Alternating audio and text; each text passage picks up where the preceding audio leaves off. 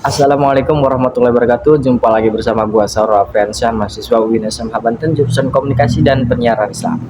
Seperti biasa di sini gua akan mereview pembelajaran mata kuliah penulisan berita dan artikel atau tugas learning journal minggu lalu. Nah, jadi minggu lalu itu mahasiswa yang ada di kelas mendiskusikan apa yang dosen instruksikan kepada mahasiswa dan dikirimkan materi lewat WhatsApp. Nah, jadi hasil diskusi dari kelas tersebut yaitu membahas tentang yang berjudul menulis artikel ilmiah gagasan tertulis. Nah, di sini terdapat beberapa poin. Nah, ada hakikat, konsep, dan karakteristik ilmiah dan karya ilmiah. Nah, hakikat karya ilmiah.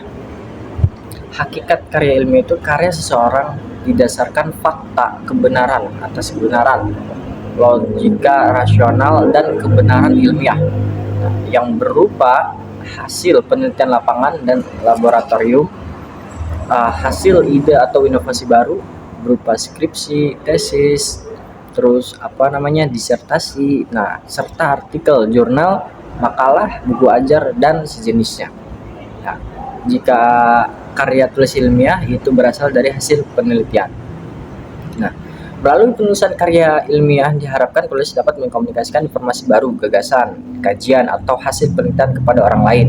Nah, jadi maksudnya di sini adalah hakikatnya seseorang menulis karya ilmiah itu untuk mengkomunikasikan si penulis tersebut, memberikan informasi baru, apa yang beliau teliti, apa yang beliau kaji di dalam karya ilmiah tersebut.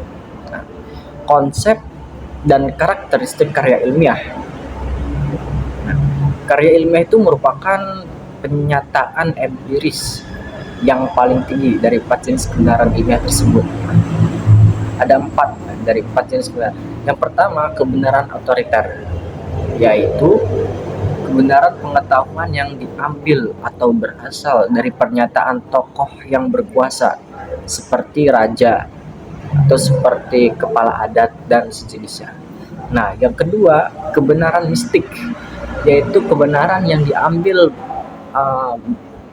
yang berasal dari pernyataan yang terkait dengan kepercayaan hal-hal gaib seperti kepercayaan kepada dewa, pada para dewa, terus matahari, api, dan sejenisnya.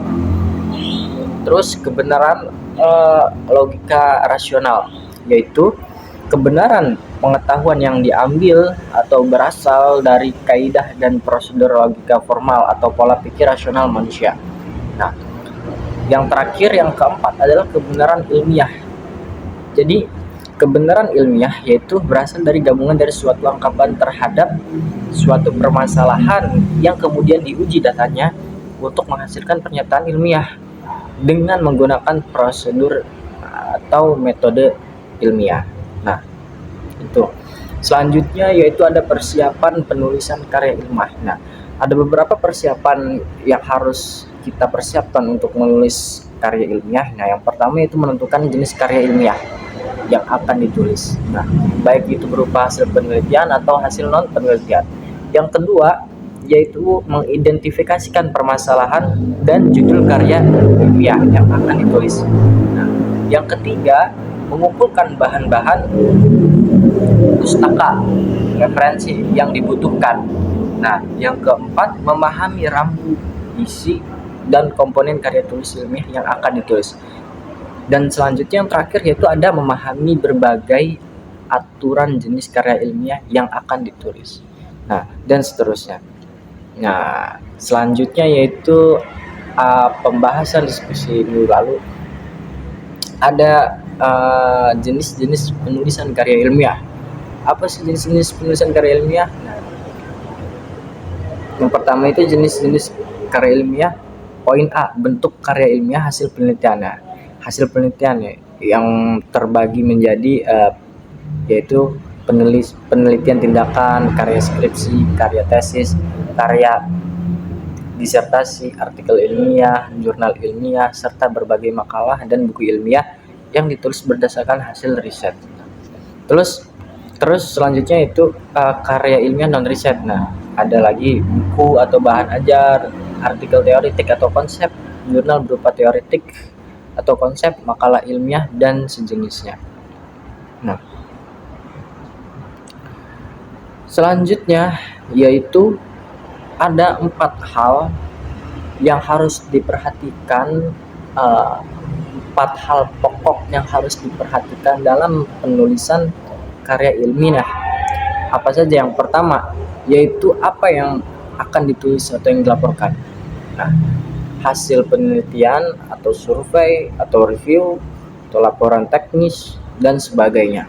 Yang kedua yaitu media tempat tulisan dimuat, majalah, risalah, bagian dari buku. Nah, di mana kita harus memuat untuk untuk tulisan karya ilmiah kita, majalah, risalah, bagian dari buku atau dan sejenisnya. Nah, terus yang ketiga pembaca atau audiens, dan yang terakhir yaitu keaslian, beda naskah dengan naskah lain pada subjek yang sama.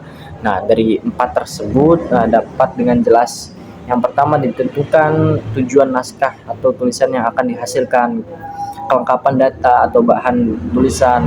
Nah, terus selanjutnya dituangkan dalam format yang meliputi, yang pertama yaitu ada pendahuluan, terus teori, tata kerja, hasil dan pembahasan, dan yang terakhir yaitu kesimpulan.